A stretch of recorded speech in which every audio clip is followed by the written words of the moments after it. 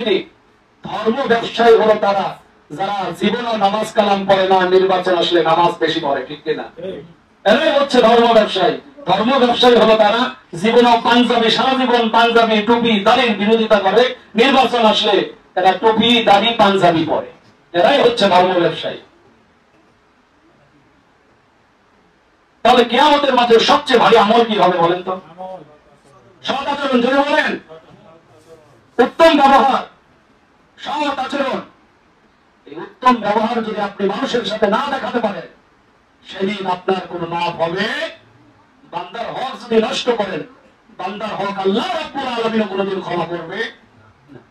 আপনি একজনকে অন্যায় ভাবে চড় মেরেছেন, অন্যায় ভাবে থাপড় মেরেছেন, অন্যায় ভাবে কিল ঘুষি মারছেন, আল্লাহ রাব্বুল আলামিন কিয়ামতের মাঠে আপনাকে দাঁড় করে দেবে।